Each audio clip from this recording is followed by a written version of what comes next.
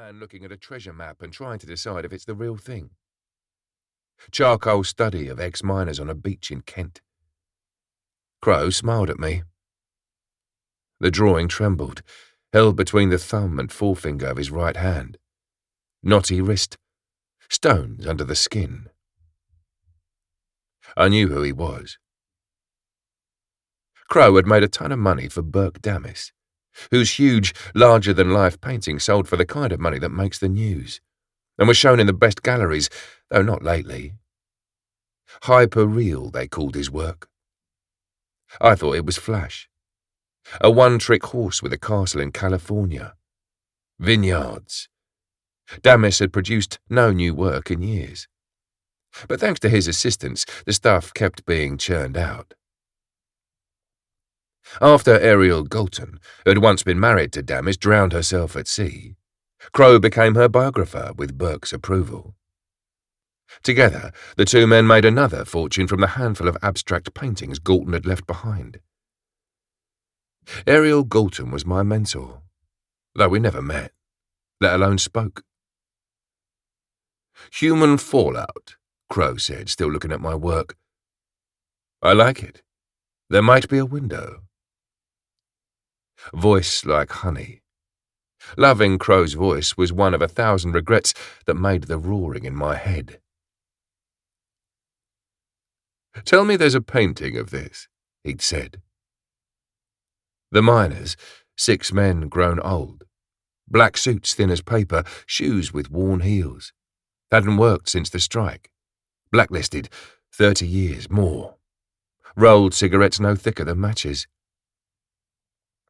In the drawing, 4 men were making a ring for 2 of their companions who were about to fight. A deserted car park overlooking a beach in Kent. The squared, imagined ring, its dimensions and limits, seemed summoned from shared memory. Understood by the men standing like knife edges at its corner points, the bare-chested old fighters even seemed to lean against ropes that weren't there. The beach, the grey corduroy sea and banked sky going on forever. The landscape dominates, Crow said. But I can't help thinking about these men. You have to really look to see them. Who are they? I told him. What happens to people like that? Crow said. Crow promised me my first big painting show. All new pictures. Worked for 2 years solid, thinking about nothing else. Last chance. Be 60 in a year.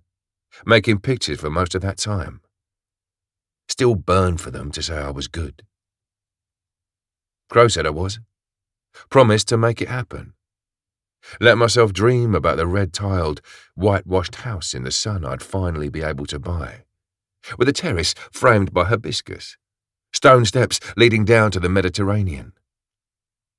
In the shade of the flowered arbour, a young woman with a long brown throat places fresh wine on the sun-worn table. Picasso, in old age, was said to give young women he wanted to get to know figurines made of solid gold. A likeness of the artist with a great big wanger. All I wanted for the rest of my life was to look at light patterns moving on endless blue water. The money didn't come through. Suspected Crow of lining his own pockets, fixing the prices low without telling me, using proxy buyers, getting my work cheap. They said I attacked him with a tire iron, or a large kitchen knife, or both, armed with a machete. Crow said he'd been too terrified to remember, but that I definitely had a weapon. Crow said, knowing Terry's past, I was in fear of my life. It's true I threatened to kill him, but I was unarmed. I'd been homeless, locked up and even sectioned. On my own since I was a kid. Who were they going to believe, me or the powerful gallerist, who once confessed to me his surprise he'd not been knighted? The word went out. Don't buy or show his paintings. Don't reply to his texts. Don't take his calls or answer the door. Don't let him in. I couldn't get near them. If my name was ever mentioned...